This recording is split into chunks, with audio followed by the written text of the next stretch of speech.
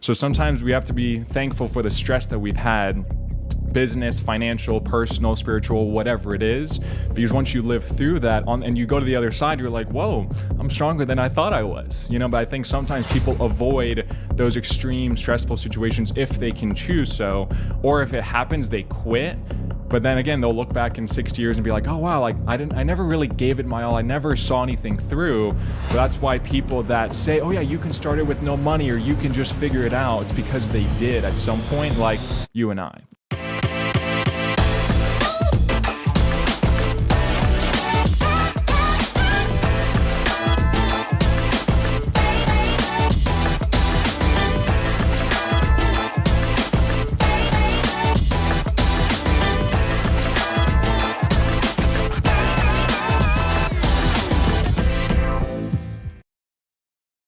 Hey guys, welcome to the Troy Gramling podcast. Once again, it is an honor, as always, to get to hang out a little bit. And our goal is to build a sense of community, to partner with you so that you can reach your potential. And you think about it, that's in a lot of different areas of our lives, right? You got your spiritual life, your relational life, your financial life. And so we love to talk with folks who are succeeding or who are progressing, you might say, towards their potential in a lot of different ways. Today, is going to be exciting. Now, before we get to our guest, I do want to remind you, if you haven't already, you can subscribe, share. Hey, if you hear something that encourages you, inspires you, I'm sure it would do the same for somebody else. So be sure and share it. And you know what? There's a ton of content on this channel, and check it out. But today, I want to introduce you to, hey, there's not been a lot of people who have come the second time, but we have a two-time guest today.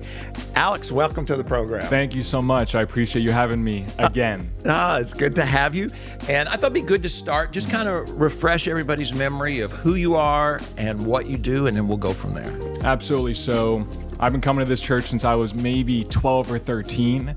And it was a friend of mine. He was like, oh, like, let's go on Sundays. And there were some cool activities. So I was a dabbler, where like my family wasn't super religious. And then when I was 18 years old, I came back and I started doing missions and I got really involved in that side of things. And that's how I've been, of course, knowing you and watching you.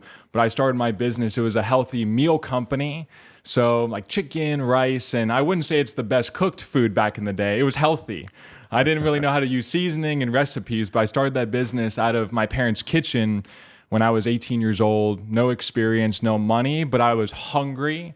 And I'm sure we'll talk about that today, like potential and how having that hunger and the grit to succeed, that's the most important thing anybody can have, and that sticks with you over time. But hunger comes from pain because I didn't grow up with money. We were nearly homeless many times, food stamps, not a household where money was a great point of conversation. It was always about the lack of money, that we don't have money for this. We can't pay for your sports. We can't do this. So that scarcity gave me that hunger. So when I was 18, I'm like, let me just start a business. And I started a healthy meal prep company. Then I started a marketing and kind of business coaching company a little bit after that. And that's what I do to this day. So I help, at this point, I've had 1,200 clients. Maybe 10 million views on YouTube, Instagram, and stuff like that. And I help business owners and a lot of people grow their companies with social media marketing, online marketing, and things like that. I've noticed, though, since our last interview, a lot of what I help clients with is not just the marketing and the business kind of logistics. It is that kind of psychology of how do you just get started? A lot of people, they have this mental gap. They have so much uncertainty that stops them from really taking any action, right? They have so many things holding them back. And I think that's where I've grown, even in the past year since I've been on the podcast, and really helping business owners and entrepreneurs get out of that kind of state of stuckness and not being able to go from point A to point B. And so I'm sure we'll discuss that. But yeah, I started really, again, with no money. I sold my car to fund my business. 2 minutes from here, there's a Starbucks. I'd go there 7 days a week because I used to live by here. I'd ride my bike 7 days a week. I'd go there from like 7 a.m. to 7 p.m., work on my laptop, try to grow my little businesses. But it's that hunger that I still have today to help, to serve, to give. And I think we'll talk about that and how at the end of the day, there's a lot of smart people that can't fight their way out of a paper bag. Like they don't have that grit, they don't have that determination. So a lot of the time when we look at our past and maybe some struggles we've had, a lot of people like to play, oh, if I didn't have that happen in my childhood, or if this didn't happen, I would be in a better place today. They like to look at the past and only look at the negative instead of saying, hey, that's a blessing. Like if I grew up well-fed, I got a BMW when I was 16. Like if I got everything I ever wanted, I wouldn't be here today because I wouldn't have that drive. And that's a blessing to want to grow and make an impact and help people just like you as well. Yeah. So you've been in business how long now? Almost 10 years. All right. So you're getting close to a decade. Yes. Have you seen a difference in people? You know, the world has been through a lot, especially in the last, let's say, 5 years or so. If people are looking more, and you mentioned this a little bit, more for a strategy, or is it more about a philosophy? You know, more about the heart or the mind? Have you seen a change, or has it been similar all throughout your business? I think it's more about the mind and kind of the psychology of it. I've seen, especially with people that a lot of my clients, they have a side business, but they have a 9 to 5, they have a mortgage, they have a family. So they feel kind of like they're in two different worlds where they have a lot of stability and certainty with their job, but they have a lot of potential. They have big dreams that they want to take action on, but they can't really get it going. And I feel like it's because they focus on sometimes what they're missing versus what they have. They're like, oh, I need more funding. I need this, I need that. And they focus on what they don't have versus saying, hey, you have 20 years of experience in corporate, you have some resources, you can be resourceful. So I've noticed that more so, people focusing on, again, like, what do I not have? And this happened in the past, and this is what I can't control. But if they just change the story and say, here's what I can control, let me focus my time on that. Let me focus on the present and then the future. Those little tweaks, they make such a big difference, not just if you're in business, but if you love your job or you want to lose weight or just improve your life or get more spiritual. I think those are just basic things that anybody can do. So that's what I've learned throughout the years. You know, I was listening to a pastor, and he was talking about, you know, a lot of times in ministry, especially because money in ministry, you know, makes people nervous, and there's an assumption a lot of times that churches have more than they do, and especially growing churches, because, and I would think this would be true in business as well, is there seems to be a connection in our mind that risk means wealth. In other words, only wealthy people take risk. If you're willing to take a risk, it must be because you were either born wealthy or you made a lot, you know, you're a professional athlete, and so now you can, you know, run after it. When in reality, there's not that same correlation. That often risk has more to do, like you were saying, with hunger than it does wealth. You know, so if someone's listening or even watching today that is, like you were saying, focused on what they don't have. In other words, thinking, well, yeah, that's, you know, easy for them or easy for whoever it is that they read or watch, because they're assuming something that's probably not true, that risk they took that led to success wasn't based on security. It wasn't based on wealth. And I'm sure, you know, you experience that in your own life and see that over and over again, that willingness to just take that first step, right? That the idea is great. You know, you begin the maybe journey, you read about it, but then there comes where you have to take a real risk. You know, in other words, there's something to be lost. And whether it's a job, whether it's, you know, what could happen or the possibilities. And what do you think? You know, somebody's got the hunger, they've got the idea, and they've done the plan, they've got the strategy. And now it's time, like the business, you know, is at a size where they really need to go full time, but there's not really the resources to go full time. What makes the difference between those who take the risk and those who never quite do? Two things. Number one, the comfort zone. I think a lot of people, like you're saying, they have the skills, they even have the money, they have everything they need to succeed in whatever it is they're doing, but they just stay in their comfort zone because it's comfortable. But they think, oh, I'm nervous, I'm uncertain. That means that this is a bad idea. It's really them letting the fear of failure, the fear of embarrassment, the fear of what if I do this and it doesn't work, then I'm going to feel like I'm worthless. Like that's kind of what it boils down to. So that's number one. They don't exit that comfort zone at any given point. Number two, they haven't done the rocking chair test. Or like imagine, and you could visualize if you're listening, but if you're 80 years old, your eyes are closed, you're in your rocking chair, you're on your porch, you're retired, you're just rocking back and forth, and you think, do I have any regrets? Like, did I do the thing, and if it didn't work out, I still gave it my all? Like, I tried the business, or I changed careers, or I pursued my passion, and I really gave it my all, or not? Most people, they'll do that test, and they'll think, oh, the way I'm doing things right now, I'm going to be failing that rocking chair test 50, 60 years down the road.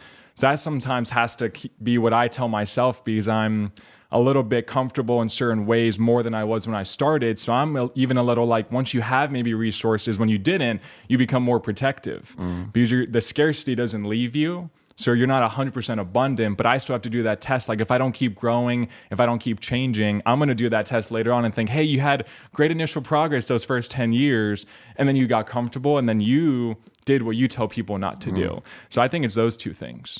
No, that's good. You know, we're in the process of, because I've noticed that a lot of times when you're called to make the risk, isn't always at the opportune time. You know, I think about whether it's purchasing a piece of property here around the church or a campus. Right now, we're in the process of starting a university. You know, in the last 3 or 4 years of the church that is financially challenging since COVID as any time since I've been here. So ideally, it's not the ideally time to take the risk of starting something brand new like a university.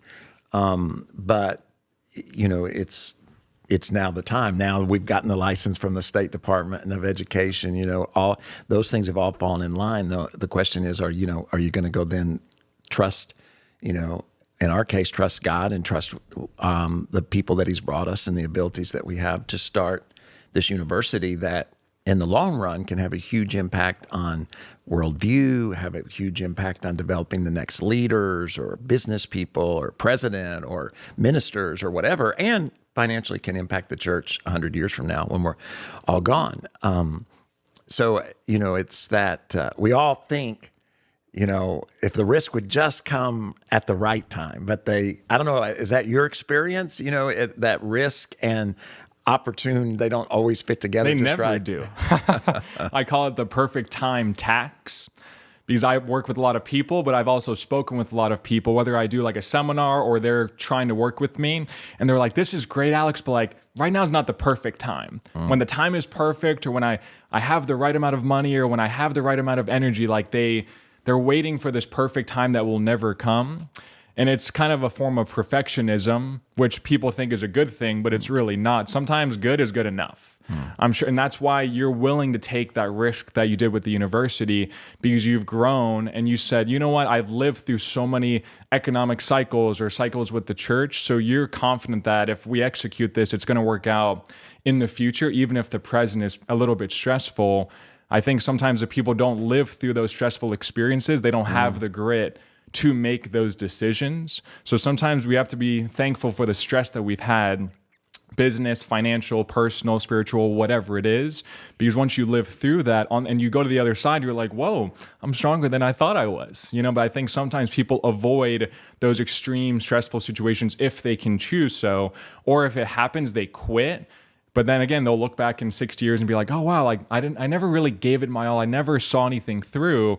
But that's why people that say, oh, yeah, you can start it with no money or you can just figure it out. It's because they did at some point, like you and I. Yeah. And I just encourage anybody that's watching or listening to follow your example in the sense of doing it while you're young. Because the reality is, you know, you tend to think that as you get older, you'll have more of the things you need in order to succeed. And truth is, maybe you do have more stuff, more resources, more relationships, but all that means is you have more to lose. And you know, fear is a great non-motivator. You know, you can become comfortable. And if you haven't been through it, if you didn't take risk when you were young and see, you know, how you worked through it and that all the things you just said are so true. But if you don't see those when you're young, I believe that they're more difficult as you get older, even though you may have more resources and more connections. You may have all the stuff that when you were young, you think you needed to succeed, but that just means, you've got less time to, when you're young, if it all screws up, you can always start over. I just turned 58, and, the reality is, a midlife crisis is when you come to an age where you realize you don't have enough time to accomplish all the things you used to dream of doing. And it's like, how do you deal with that? Because I think a lot of times our dreams are they're just for us, one generation. And biblically, I think we could even be held responsible for 3 generations, in that, and I would challenge people, is your dream bigger than just you, bigger than just your kids, and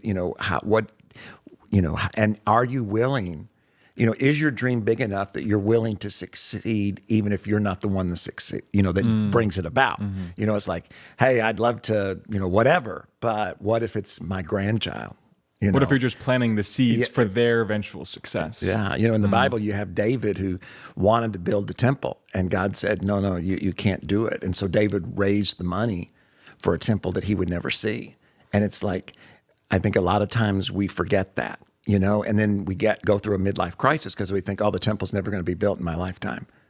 God, what's up? I don't understand. It's not. And it's like, no, the dream's bigger than one lifetime.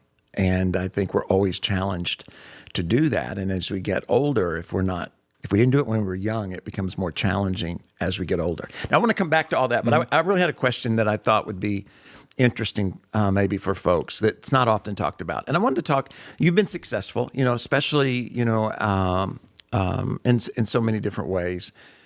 But I wanted to talk about generosity for a moment, okay? And get your perspective on it. Because, as a pastor, churches are funded through the obedience, if you believe the Bible, generosity, if you don't, in the sense of other people helping the church we're not selling something, we're providing a service. We marry and bury and disciple, but generosity, whether it's at a church or whether it's a foundation or whatever it is, there's the sense of, I'm going to help you, but my motivation is to help me. In other words, it either gives me influence into your life, it's as opposed to, I'm going to be generous because there's value in being generous. And have you worked through any of that? Have you thought through any of that? What have you seen in your own life, in the lives of the folks that you work with, as far as the role that real, generosity plays? In other words, you're giving something away, and there's always a return, but the return is not in your bank account. It's not apples and apples. Yeah. I think if you're generous when you don't have much, if you are generous, then you will be generous and you will be more abundant. So I think I look at it as kind of scarcity and abundance, where, there's the IHOP down the road, there's John the Baker. So when I would be at the Starbucks, working, I'd be starving. Here's when I had maybe $500 to my name, $1,000 to my name. If I had a waitress that was like over the top, amazing, like next level service, and it's like a little diner, a little IHOP, if my bill was like $20, I'd give them 40, or like I would give them 50, which isn't a lot numerically, but it is like, that's 5% of my net worth, right, if you think about it at the time. But I did it without thinking about it. Or even I talk about the missions trip. I believe it was Hurricane Maria. We went to Puerto Rico. You guys helped sponsor us. And I haven't been on a trip since that. I came back relaxed and recharged and energized because it was totally out of generosity of some money, but really time and trying to care on them and love on these people that went through such a tragedy like they were my family. I've been on trips since then, and I come back and nothing relates to that. So I think when you're generous, when you don't have a lot, that changes something in your mind so that it helps you think, hey, I'm giving this away. I'm not getting something directly back in return because I know I'm going to add some value in my other aspects of life, and I'm going to get even more back. So it's kind of a constant trade-off of how can I get out of scarcity more into abundance. And I think generosity is one of the biggest things. And if you don't have money, you can give time. If maybe you don't have time, but you have money, you can give more financial resources.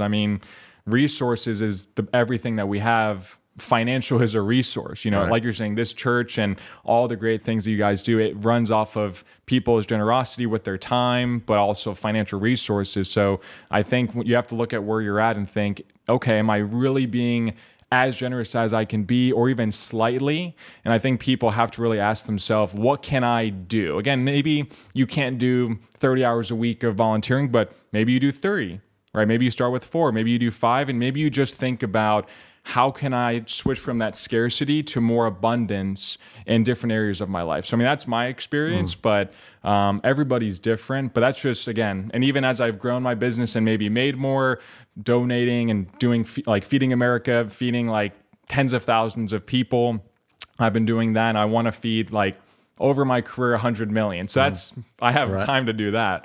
But yeah, so balancing that, like what's this going to do for me right now? Sometimes you have to say, hey, this is what I'm doing, and it's fine. I don't need to make the initial return on investment, but I know it's going to work out in the long run.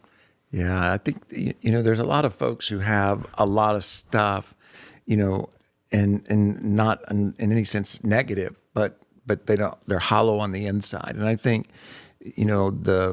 the role of generosity allows you to be a part of something that is bigger than you, and sadly, I think we can all live our whole life, and maybe it's not till we get towards the end of it that we realize that we accomplished a lot, but none of that's really going to last. We weren't a part of something, which the thing that lasts is our people, relationships and what we're building. We had a guy here that was one of the first 4 families.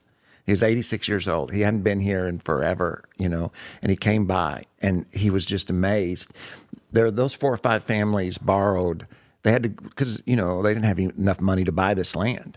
And it was $25,000. Okay. That's how much the property here cost. And so they all had to go get personal loans to give to the church to buy the land. And, today that property is worth $25 million. And it's multiplied over and over again, and they're a part of that, and there was a cost, there was a risk, there always is if you're going to give yourself or your resources to something that's meaningful. But we all get the opportunity, but so few take the opportunity to be a part of something that is lasting in that way, and impactful in that way. And I just encourage folks, if they've never really thought about, what are they giving to? And I'm not just talking about their money, but just that which is valuable in their life, whatever it is, to something that is it's not directly coming back to them. It's not something they're going to drive or wear, or, it's not a platform that they're hoping to get on. There's, generosity can be motivated by influence. And I'm not saying those things are bad, right? Anytime you help people, it's good to help people. But I think there's a deeper impact when we help people or become a part of something that doesn't have a direct connection back to us. And when we get towards the end of our lives, we're able to look and say, I was that there's meaning and fulfillment in that. Or that's again what I see in so many folks along the way. Mm-hmm. And so again, I just encourage folks who are watching or listening to think about that for their own life. Mm-hmm. What are they a part of? Because like you say, it's not about just being wealthy. It's everybody's got something. And anyways, that's just a little side note for those of you who are listening today, but just something I've kind of always wondered, because there are lots of nonprofits and all kinds of foundations and all kinds of things that people give their money to. And Americans especially, I don't know where you're listening from, but, Americans are often generous people, and helping in different ways around the world. So let's talk about, I know anytime you talk about success, you talk about taking new ground, that people have, I can't, so talk about some of those that you've helped people overcome. I know we've already talked about a few, but what are some of the other things that, people, they want to go to the next channel, or they want to, but it gets in people's way from actually succeeding? Mm-hmm. I think the number one thing I help people with is setting that end destination. So whatever that is for them, maybe it's a certain amount of revenue, or for some of my clients, it's like, I'd love to grow my business enough where I can give $500,000 a year in just pure tithing, or a certain amount of meals, right? Once you set the end destination, then you can revert back to the present and think, what I'm doing right now, is that going to get me there? 99% of the time, of course not, right? That's why they're talking to me. So then they have to think, okay, well, that's the end destination, whether it's a year from now, 10 years, 20 years. So what is that step-by-step basic action plan that they can do starting today? So I think it's taking things out of their brain or out of ideas into execution. We all know someone with $1 million idea or even $1 million skill set or whatever it is, but they don't execute on it because they make it too complex, right? Complexity is the enemy of execution. So if you have simplicity and think, hey, here's the end target, here's where I'm headed. Again, it doesn't have to be numeric, but it should be objective. Because then it's like, okay, am I on the right track or am I not? It's not a feeling.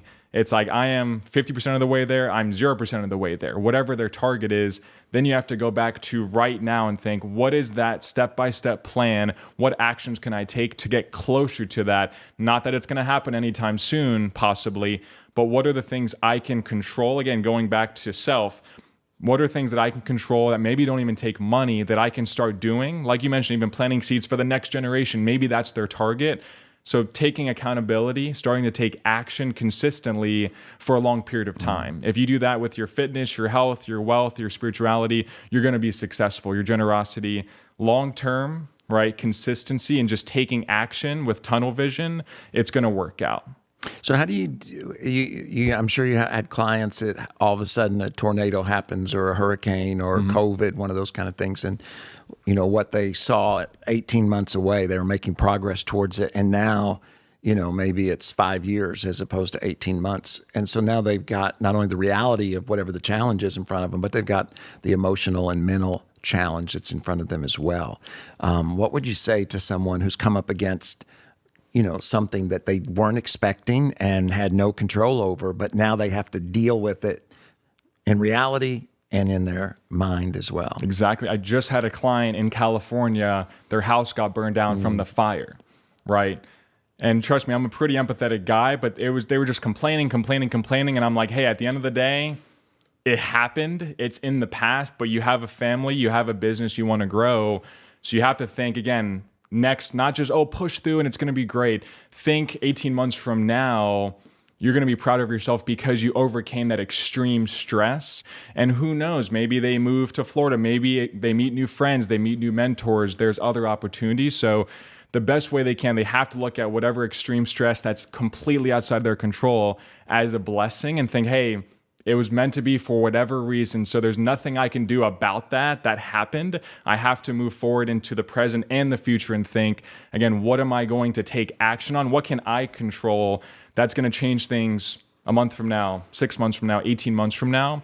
And again, it's not an easy message to deliver because my house didn't burn down. But again, in reality, there's only so much that they can do to say, I wish I would have had sprinklers or I shouldn't have lived there.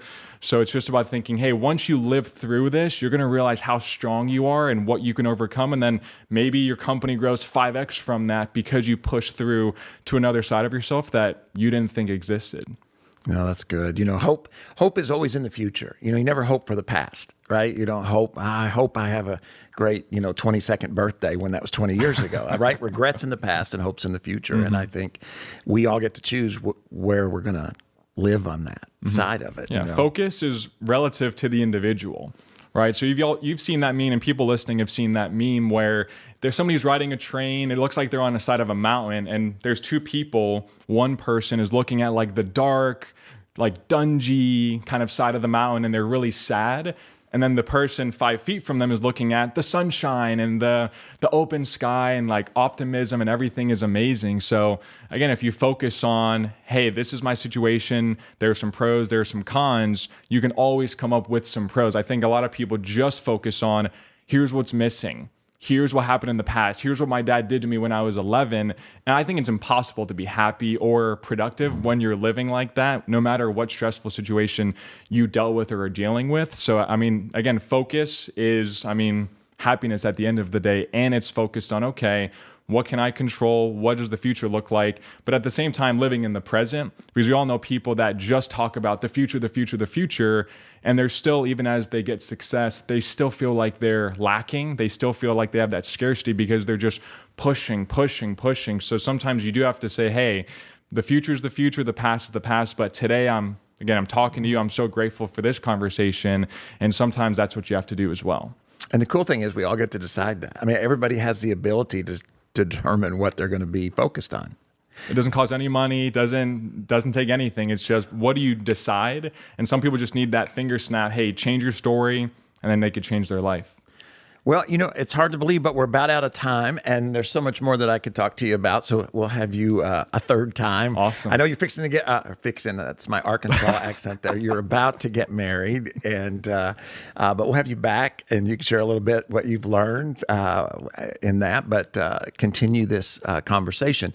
But before we go, I know there's some folks probably listening and watching, and it's like, I think it'd be great for you to share with them how what you do could make a difference in their life, in their business, and in their future. Awesome. Well, if they look up my name, Alex Albarran, I have a bunch of free content on YouTube, Instagram, TikTok. My website is just my name, alexalbarran.com. I recommend them to just watch. I have interviews and videos and tutorials totally for free. And then once they get a sense of that, then, there's different ways that they can reach out to me from my website, but everything is just my name, alexalbarran.com. Good deal. So I want to encourage you guys, check out Alex and let him, we all need a coach. We all need someone to inspire us, someone to challenge us. It takes, there are lots of folks who tell us what we want to hear, and they even charge us to tell us that. It's hard to find somebody who will tell us what we need to hear in order to truly succeed. I think Alex is one of those folks. And so check out his social media and see where it leads. And then tell us your story as well down in the comments. We'd love to hear about how Alex and even our podcast and all that we're doing here at Potential has made a positive impact in your life. Because at the end of the day, that's really what we're after. I believe with all of my heart that God has intentionally created you. You are unique. Before you were ever in the real world, the Bible says you were in the mind and heart of God. That's a pretty cool thought